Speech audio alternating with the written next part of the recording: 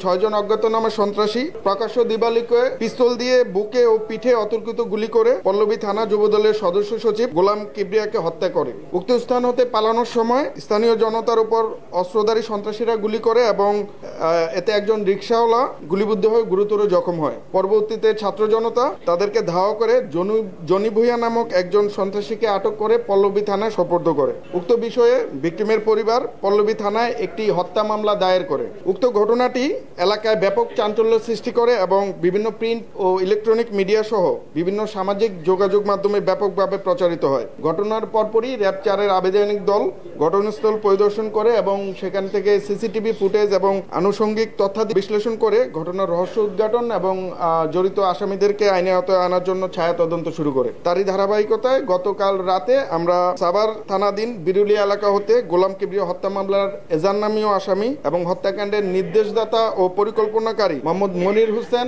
ওরফে সোহেল ওরফে পাতা সোহেল এবং জিএমপির টঙ্গী পশ্চিম থানাধীন মাজারবস্তি এলাকা হতে উক্ত হত্যাকাণ্ডের সন্দিগ্ধ ও 18টি মামলার শীর্ষ ও পলাতক সন্ত্রাসী মোহাম্মদ সুজন ওরফে বুকপোড়া সুজনকে গ্রেফতার করি। উক্ত ঘটনার পিছনে আমরা রাজনৈতিক কোন্দল এবং আধিপত্য বিস্তারকে কেন্দ্র করে উক্ত হত্যাকাণ্ডটি সংঘটিত হয়েছে বলে প্রাথমিকভাবে ধারণা পাই। এছাড়াও তারা জানায় যে উক্ত হত্যাকাণ্ডটি সংঘটিত করার পিছনে পরিকল্পনা কাজ করে যাতে একটি মোটা অঙ্কের অর্থ লেনদেন হয়। উক্ত আসামিগণ পেশাদার হত্যাকারী এবং তাদের বিরুদ্ধে বিভিন্ন থানায় একাধিক মামলা রয়েছে। তো হত্যাকাণ্ডের এজান নামীয় আসামি মোহাম্মদ মনির হোসেন ওরফে পাতা সোহেলের নামে একাধিক হত্যা, ডাকাতি, মাদক সহ পল্লবী থানায় মোট 8টি মামলা রয়েছে। অপর আসামি বাসানটেক থানাধীন এলাকার শীর্ষ সন্ত্রাসী এবং 18টি মামলা ও একাধিক ওয়ারেন্টভুক্ত সুজন ওরফে বুকপোড়া সুজন, তার বিরুদ্ধে ডাকাতি, খুনসহ ডাকাতি, হত্যা,